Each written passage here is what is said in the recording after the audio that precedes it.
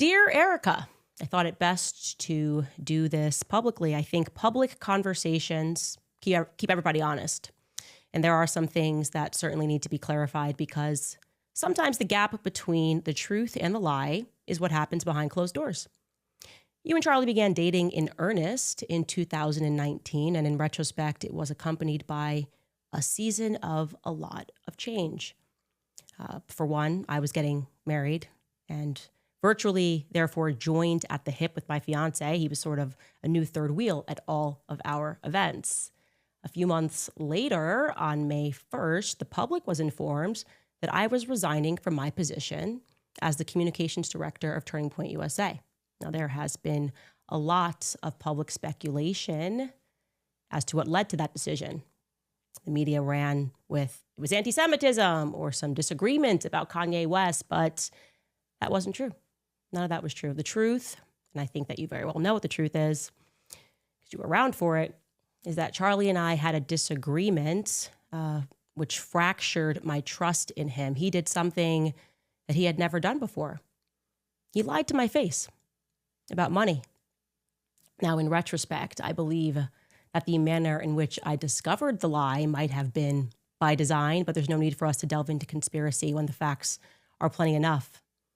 Charlie had taken a meeting down in Florida with Ike Perlmutter at Mar-a-Lago. It was a fundraising meeting. For whatever reason, he did not want me to know about this meeting, and that was strange. It was meant to be kept a secret. It was strange because we had always collaborated on and taken those sorts of meetings together. Anyway, I found out about it, and I decided to ask him casually as we were riding up an elevator at the Trump Hotel in D.C. I said to him, have you heard from Ike recently? And he looked me right in the face just as he was getting off on his floor. And he said, no, I haven't. I haven't heard from him in like 2 weeks. And I then said back to him, really, Charlie? Because you had lunch with him yesterday at Mar-a-Lago. And I saw his stomach drop. His entire face looked, as if he was going down a roller coaster.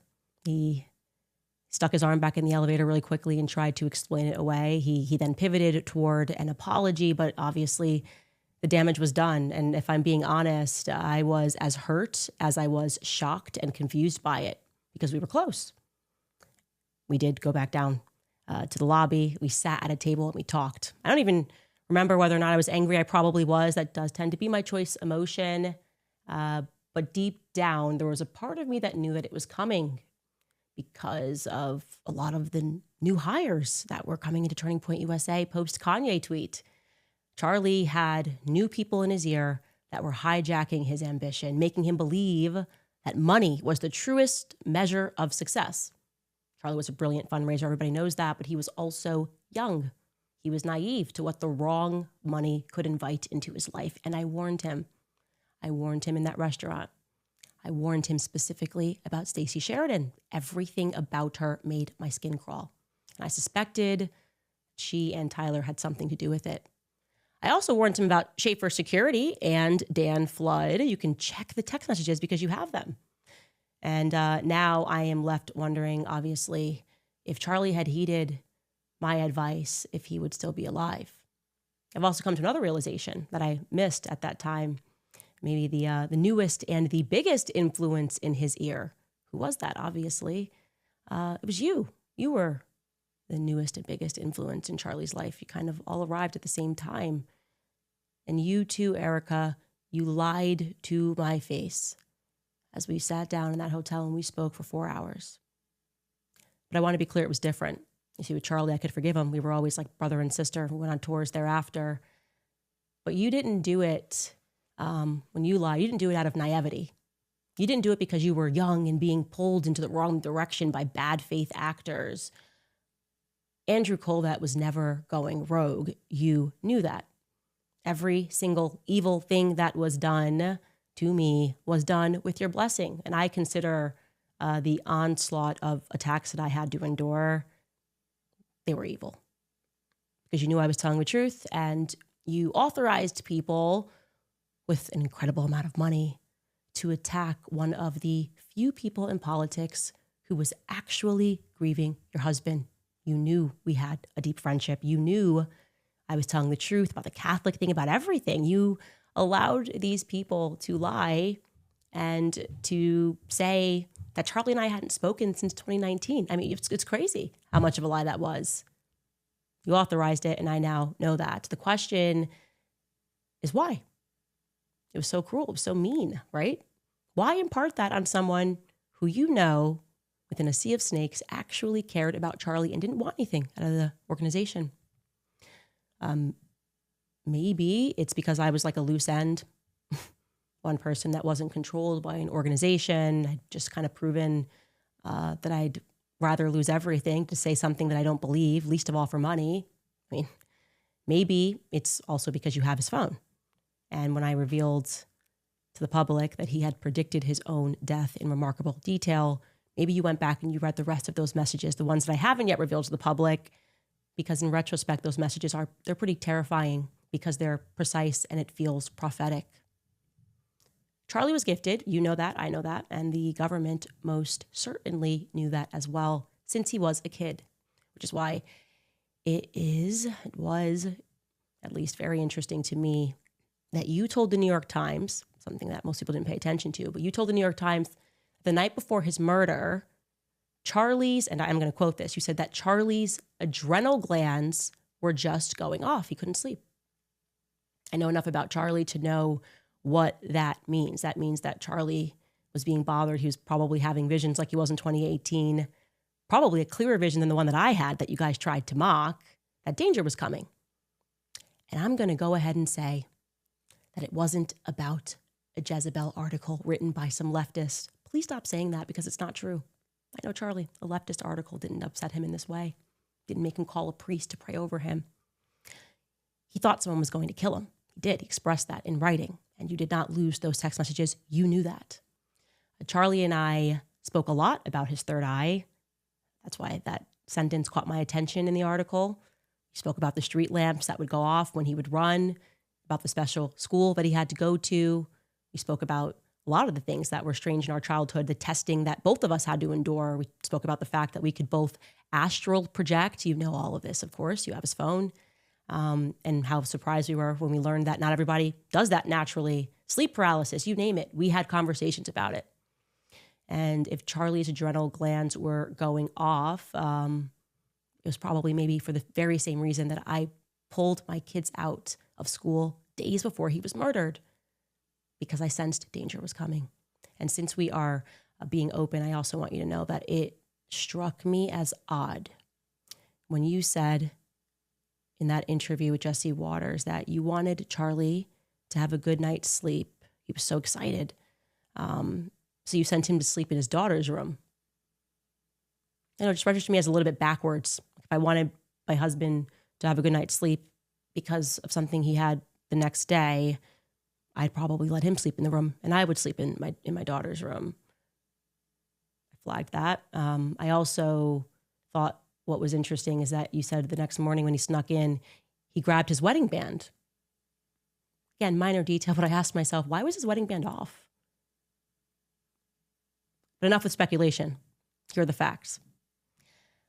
I now have verifiable proof in writing that Justin Strife and you lied to me.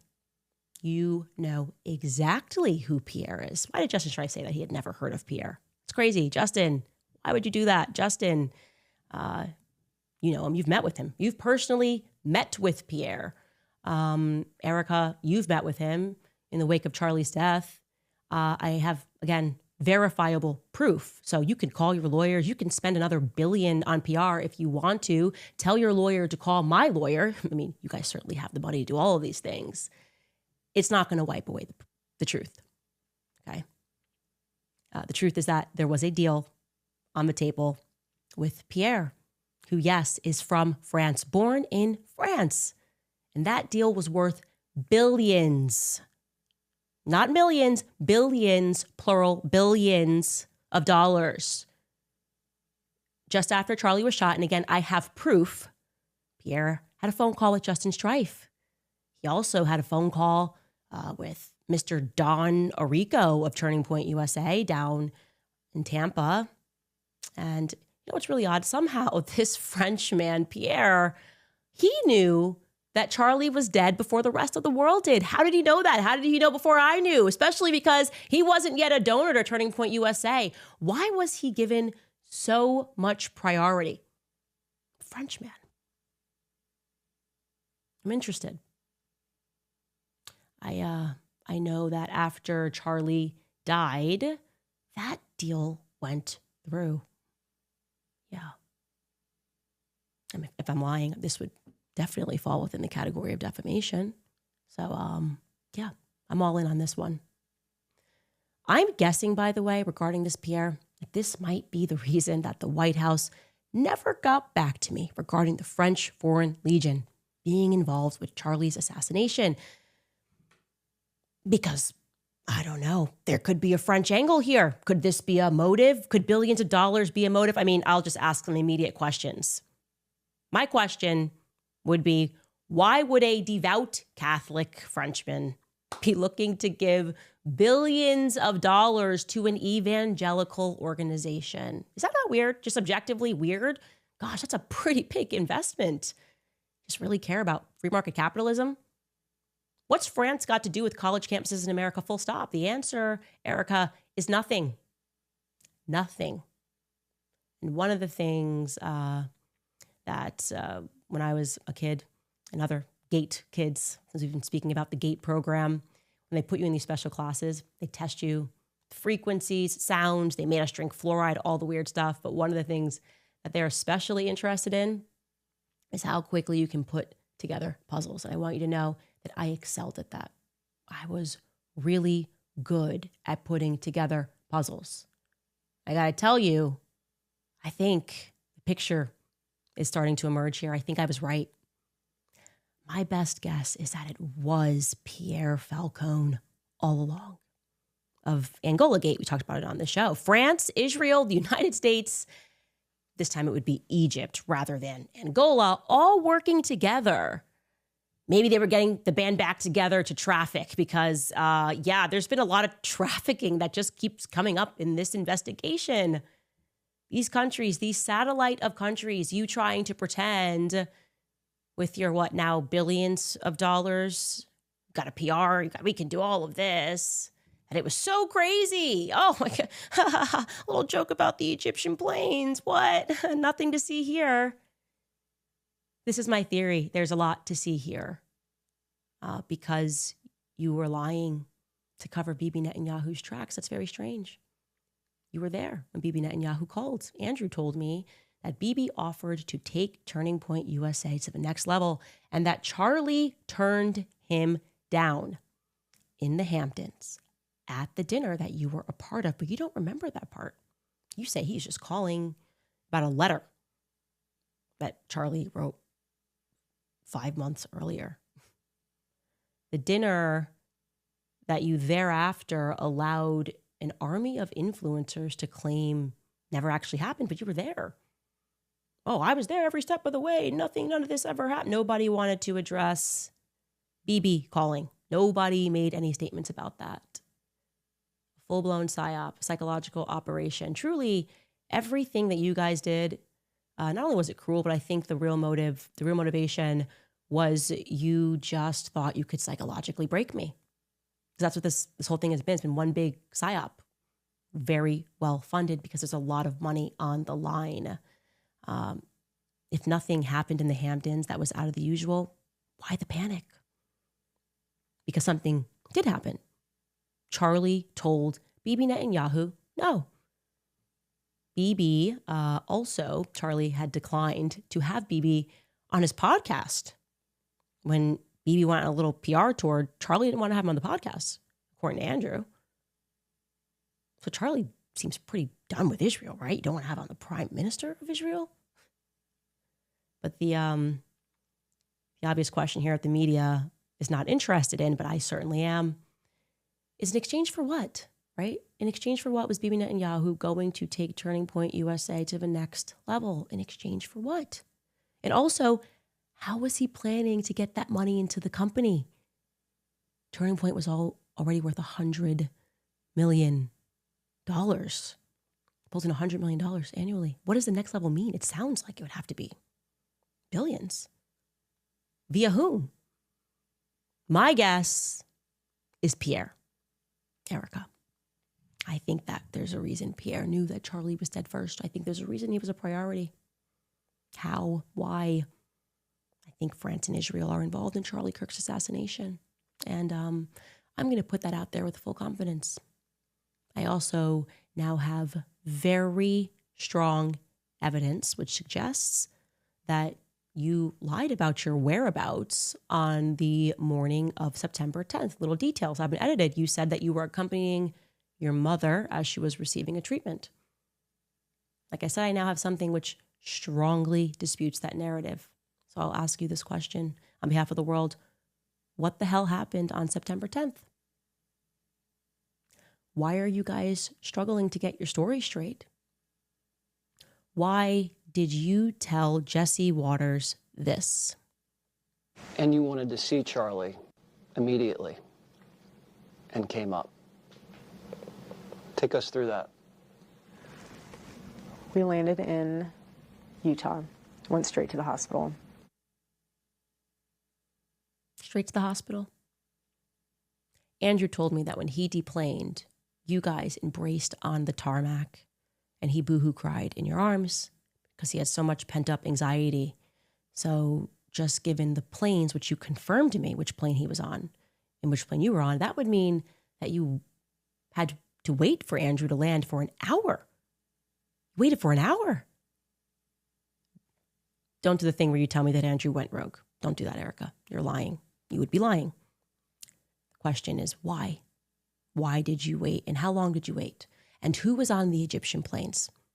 Who took off to Delaware? Who stayed behind to communicate on that second plane that was transponding for no reason? I think you know what I know, which is that I'm going to find out. This is not going to be a never-ending mystery. This is not going to be the JFK story.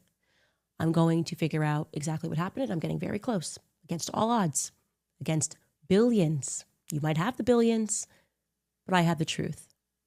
So that's what I wanted to say to you.